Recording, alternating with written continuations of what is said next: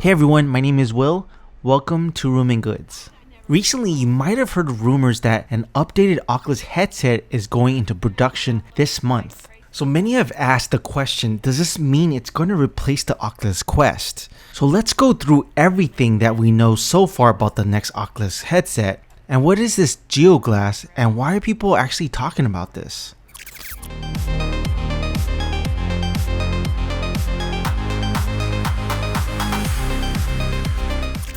So the Oculus Quest has so far been affordable and an easy VR headset for people who want to dabble in VR without actually owning a VR ready PC, like the Oculus Rift S VR headset that requires additional hardware like the PC. With the success of the Oculus Quest, Facebook appears that they will follow up with an upgraded headset that potentially be named the Oculus S. So I'll be referring to the new headset as the Oculus S, but there's no confirmed reports about this. And the following reports from the other media sources are also pure speculations, but media outlets like Bloomberg have a good track record when predicting what Oculus is going to do next.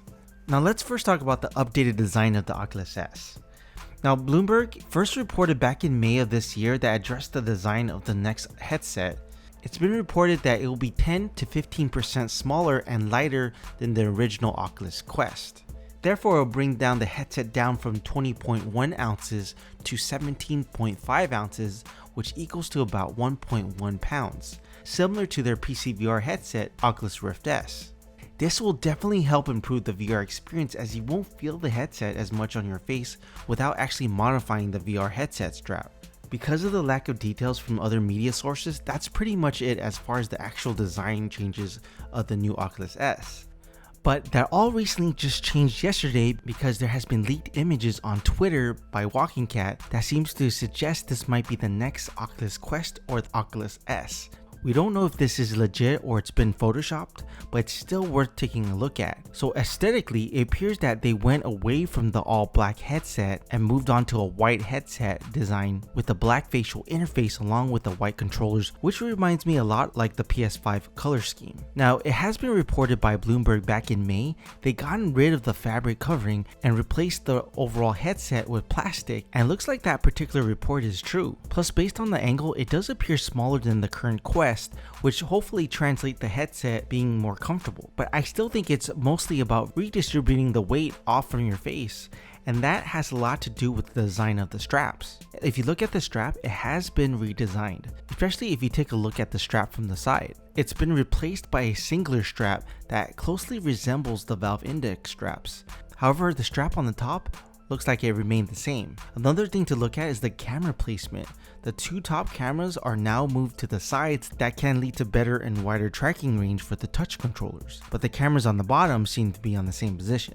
As far as the IPD sliders or interpupillar distance sliders, it doesn't appear on the photo, but it may have moved to a different section of the headset. I think by not having the physical IPD slider like the Oculus Quest can be a big issue for the users. If the lenses on the headset are too far away from the user's eye, we will see images that can be blurry depending on our IPD, which then leads to a bad VR experience. So I'm hoping it's actually located on the side somewhere, so we'll have to wait and see. Also, based on the image, you'll notice the headphone jack and the USB-C has also moved as well. We don't know if this is truly a successor to the Oculus Quest or even to the Oculus Go. Perhaps they're making a cheaper headset to cover the Oculus Go market segment. This headset can very well be $200, which is half the price of the Oculus Quest. So we really don't know for sure. With all that being said, there are still more speculations about the upcoming Oculus headset. So next is about performance and battery life of the Oculus S. Currently, the Oculus Quest has the Qualcomm Snapdragon 835 chip that the company Qualcomm first introduced back in 2016, and it's powered by many smartphones in 2017. The Quest was actually launched in 2019, which is a bit surprising for many people that Oculus decided to put in a chip that was already outdated, but I suspect they had to hit a certain price point, being as how they want more people in VR. But it's safe to assume in year 2020 they will select a faster processor. They can go with a Qualcomm's top of the line processor, the Snapdragon 865, which can considerably bring up the cost of the headset, or more likely they can go with the Snapdragon 855 or the 855 Plus chip, which still offers a good boost in performance, but the cost of the headset can still remain affordable considering what's going on with the economy during this time. Now, it's also been mentioned that they will offer more RAM from a 4GB to a 6GB or 8GB option. Now, 4GB is what possibly limits the Quest multitasking functionality, which allows up to 3 apps at once. But once that's increased to 6GB or 8GB, it can possibly increase multitasking functionality where you can open more than 3 apps, especially when we have seen Facebook outlining its vision for the future of work and the next computing platform by using Workplace, Portal, and Oculus to support remote work. So as far as battery life of the headset, which currently is around 2 to 3 hours, will or should be improved. Given the reduction in size and the weight of the headset, it's safe to assume they won't increase the size of the current battery from the Oculus Quest, but because of the more modern processor of the Snapdragon chip, it might provide an extra hour of life, which can bring up to 3 to 4 hours. Okay, moving on to the display of the headset. Now, currently the Oculus Quest features a 1400 by 1600 resolution display per eye, which is good but not as good as some of the PC connected headsets. The displays are OLED with a refresh rate of 72Hz. Bloomberg has mentioned the new Oculus Quest S will be at least 90Hz, or maybe even up to 120Hz, which is entering into Valve's Index VR headset territory. It's actually incredible, but I would be very surprised if that actually did happen, because they still need to also consider preserving battery life. So it's pretty doubtful that they will actually increase it to 120Hz. But I believe it needs to be at least 90Hz for the next generation of headsets to compete with other headsets, considering the standalone Oculus Quest can also be connected to a PC via the Oculus Link cable that can easily offer frame rate beyond 72 frames per second. So basically, a faster refresh rate means a smoother VR experience and a more comfortable motion in VR. As far as the controllers for the Oculus S, this actually can be the biggest change or improvement. A VR developer discovered during an April firmware update made a reference to a new Oculus Jedi controller for the Oculus Delmar, which led to many of us believing it's an internal codename for the Oculus S. Currently, it's not known to us this will ship with the Quest S, but it's still definitely worth talking about.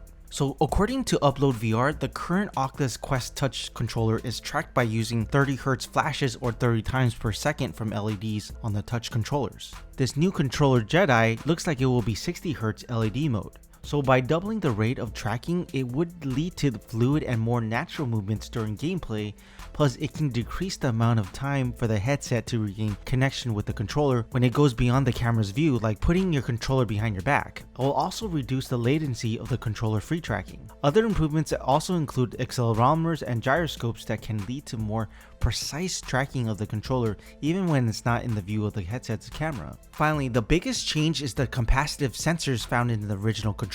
With the new Jedi controller, it will include an analog capacitive touch sensors that can actually allow for a full 5-finger detection of your hand on the controller rather than detecting your fingers touching the buttons, thumbstick, and the index trigger like on the current touch controllers. Plus, they have plans to make the controller more comfortable and fix the main problem of the battery cover that comes off during gameplay that I personally experience a lot. The good news is Bloomberg have reported the new controllers will work with the current Oculus Quest, so it is backwards compatible if you decide to keep your Oculus Quest. That leads me to believe they won't be replacing the Oculus Quest, but actually adding to the line of the Oculus headsets. So for those people who are nervous that they will no longer support the Oculus Quest, I really don't think you should be nervous because it's looking like they won't be replacing the Quest anytime soon, so maybe think of the Quest S as the Pro version out of the two. Having said that, I do believe the Oculus S will be more expensive because of the added features. So I do understand if people are trying to sell their Oculus Quest for an upgrade to the Oculus S, but I just want to warn you that selling the Oculus Quest might be more difficult now because the Oculus Quest is coming back in stock. I just don't see Facebook taking the Quest off the shelves anytime soon because people are still interested in the headset. So when will the Oculus S be released? Well, there are no confirmed reports right now, but a Japanese publication that has a source with close knowledge of Oculus which told them the new Facebook Oculus VR headset will enter mass market production around the end of July, which is actually the end of this month, and they will be increasing its output up to 50% because of the success of the current Oculus Quest. So they will be pushing 2 million headsets out, which is 1.5 times more than last year's when they first introduced the Oculus Quest. Facebook already has 35% of the market share in VR and currently is the market leader.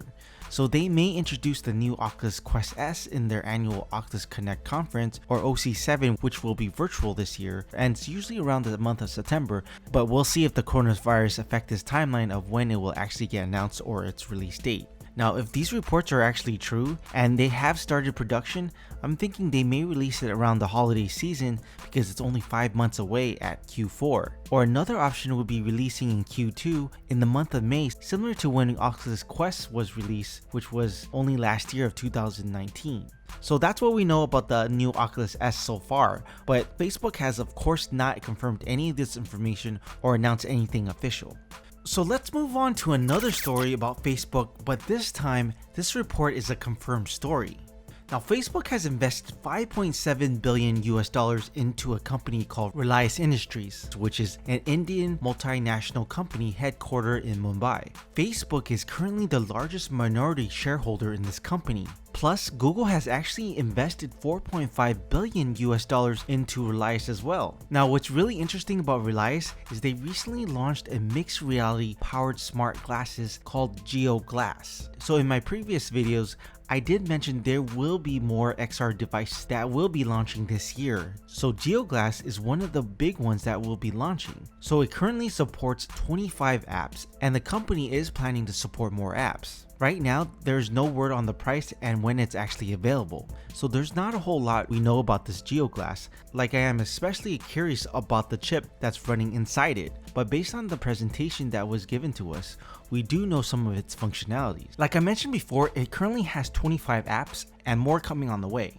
Number 2, if you look at the design, the Jio Glass looks very similar to the Bose frames. However, the key difference is there's a camera between the right and the left lenses, along with the built-in speakers and batteries that's inside the two legs. And it only still weighs 75 grams, which roughly equals to only 0.16 pounds. Number 3, in terms of audio and video, it supports HD quality and supports all standard audio formats. Number 4, when it comes to functionality, Jio Glass is powered by mixed reality, which means that users can actually interact with other people over things like conference calls, plus others can actually join them through a 3D avatar or a normal 2D video call format. As you can see in the demo, the user can actually share and view the content on a large virtual screen similar to the Oculus VR headset. And lastly, it seems like it's capable of voice commands. While the company did not say in the demo whether or not it can actually do that, they were able to call by simply activating a wake word through the use of virtual assistant during the demo. That actually reminds me of the Echo Frames with the built-in Alexa that Amazon has introduced last year.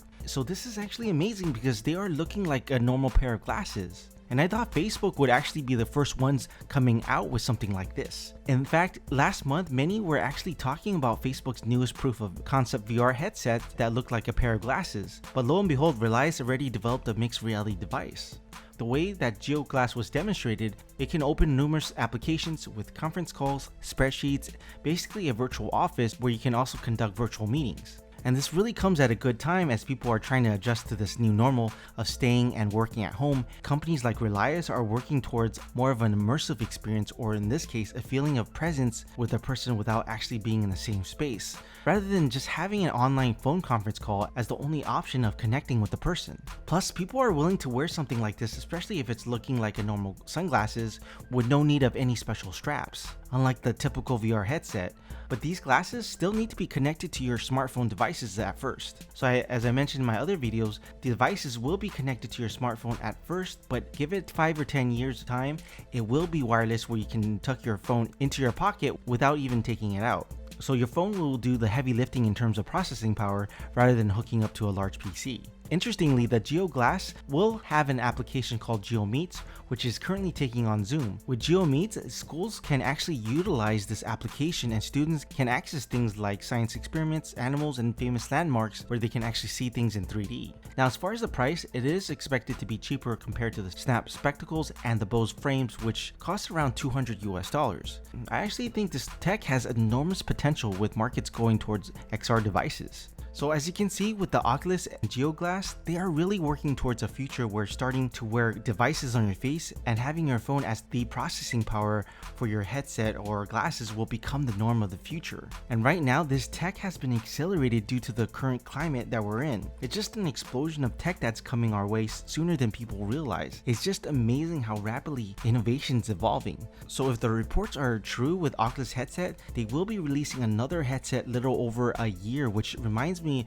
of how smartphones were being released. In fact, you may have noticed many companies are jumping into the VR AR market due to the decline of smartphones. Has been reported by TechCrunch, global smartphone sales went down 20% because of COVID-19. Plus, smartphone technology is plateauing. Many are actually hoping with the launch of 5G can actually help offset that. Other companies, for example Apple, are jumping into the VR AR space. This can be a good and bad thing for a consumer. Good because it promotes competition among VR AR headsets, which produces a better product. Bad because I think with all the different headsets out there with different specs, it's just going to be confusing for the consumer. It's very difficult to choose a VR headset that best fits the individual, but throw in a consumer who's first time buying a headset can be difficult. Anyways guys, the video is getting a bit too long, so I'll cut it off here. I'll do a follow-up video of anything I missed. So let me know what you think about the Jio Glass. As always guys, if you liked the video, press the like button and consider subscribing.